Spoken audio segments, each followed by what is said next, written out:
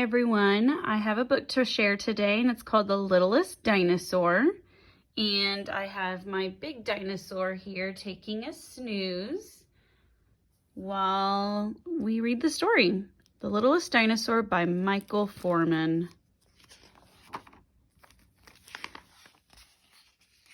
Long, long ago, when the world was young and everything was new, a mother dinosaur sat proudly on her eggs. One by one, the eggs began to crack, and baby dinosaurs poked their heads out into the sunshine, all except one. The mother worried and fussed about it and kept it warm and sang songs to it, but still the egg didn't crack.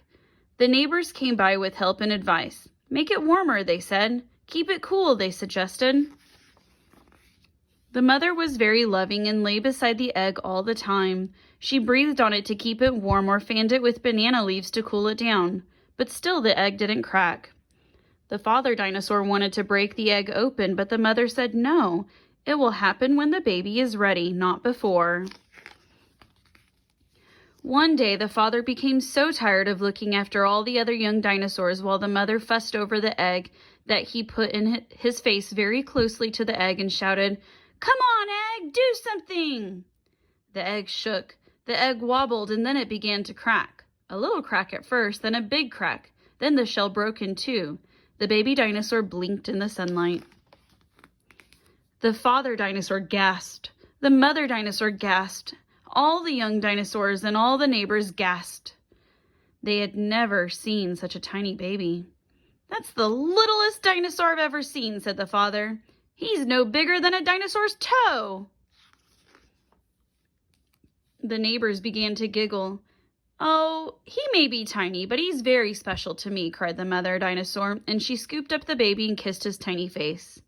Days and weeks passed, and no matter how much food the mother dinosaur gave the baby, he didn't grow any bigger. The littlest dinosaur was sad because he was too small to join his big brothers and sisters when they played. And what if one of his huge neighbors stepped on him by accident? The only place the littlest dinosaur felt safe was high on a hill. There, he could sit and look down on the forest. It made him feel bigger. One day, far away on another hill, he saw another dinosaur. It was a long neck.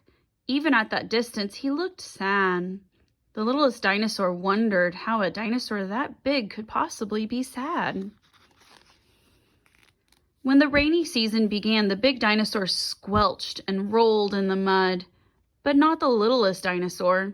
He hated the mud.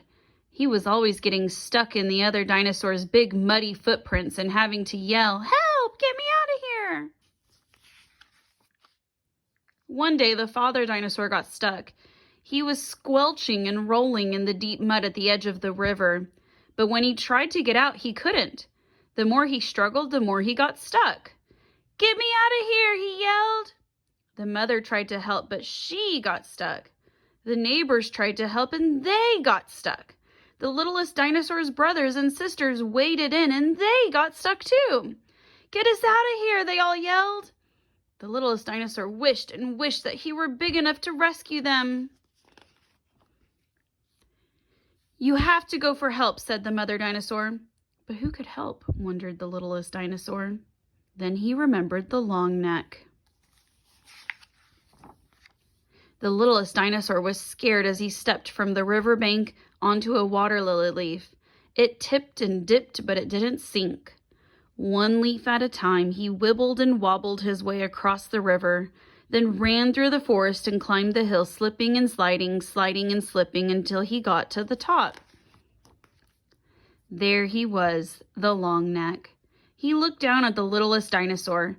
"Help me, please," the littlest dinosaur cried. "My family is stuck in the river and the water is rising fast."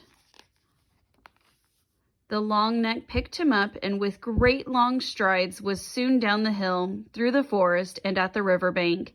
He stretched his neck across the river and began pulling out the sinking dinosaurs until one by one they were all safe on the shore. "Thank you," the father dinosaur shouted as he waved to the long neck. "And as for you," he said, picking up the littlest dinosaur, "you may be the size of a bug, but you're as brave as a dinosaur 100 times your size." And he kissed him on his tiny nose. When the rain stopped and the river was not so wide, the littlest dinosaur went to visit the long neck again. He no longer looked so sad. "I thought I was too big and clumsy to do anything useful," he said. "But now I know that's not true. And I thought I was too small to do anything at all," laughed the littlest dinosaur. They sat together on the hill, the biggest and the littlest, and now the greatest of friends. The end.